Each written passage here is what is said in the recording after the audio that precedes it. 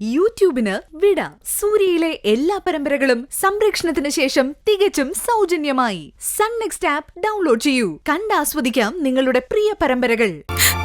കുറച്ചു കാലം ആന്റിയെ പോലെ തന്നെയായിരുന്നു പൂജയും കഴിഞ്ഞു കൂടിയത്. ഒരു ഓർമ്മയില്ലായിരുന്നു അത്രേ. ഫുൾ ബ്ലാങ്ക് ആയിരുന്നു.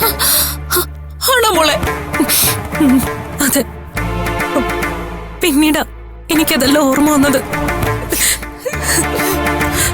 അപകടം കഴിഞ്ഞ് കുറച്ചു ദിവസത്തിന് ശേഷം കണ്ണു തുറക്കുമ്പോ ഒരു ആദിവാസി കുടിലായിരുന്നു. അപ്പൊ എനിക്കൊന്നും അറിയില്ല. അപ്പൊ ജനിച്ചതേ ഉള്ളൂ എന്ന മട്ട്. അവിടെ നിന്ന് പിന്നെ ഒരാശുപത്രിയിലെത്തി. മതി, എനിക്ക് കേക്കണ്ട.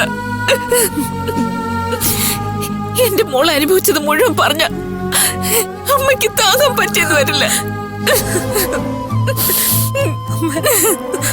ഈ അലച്ചിലിനിടയിൽ ഇയാള് കുറച്ചു കാലം എവിടെയായിരുന്നു അറിയോ? 3 വയസ്സിൽ നിങ്ങള് ഇയാളെ കൊണ്ട് കാണാൻ പോയില്ലേ? അന്ന് നിങ്ങൾക്ക് കാണാൻ പറ്റാതെ പോയ ആ സ്ത്രീയെ ഇയാള് കണ്ടു. അവരുടെ മകളാണെന്ന് കരുതി ഇയാളെ അവരുടെ വീട്ടിലേക്ക് കൊണ്ടുപോയി. അവിടെയാണ് കുറച്ചു കാലം ഇയാള് താമസിച്ചത്.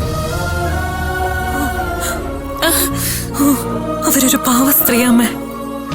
അവർക്കെങ്ങനെയാ റാണിയെ പോലൊരുവൾ പിറന്നെന്ന എനിക്ക് അത്ഭുതം.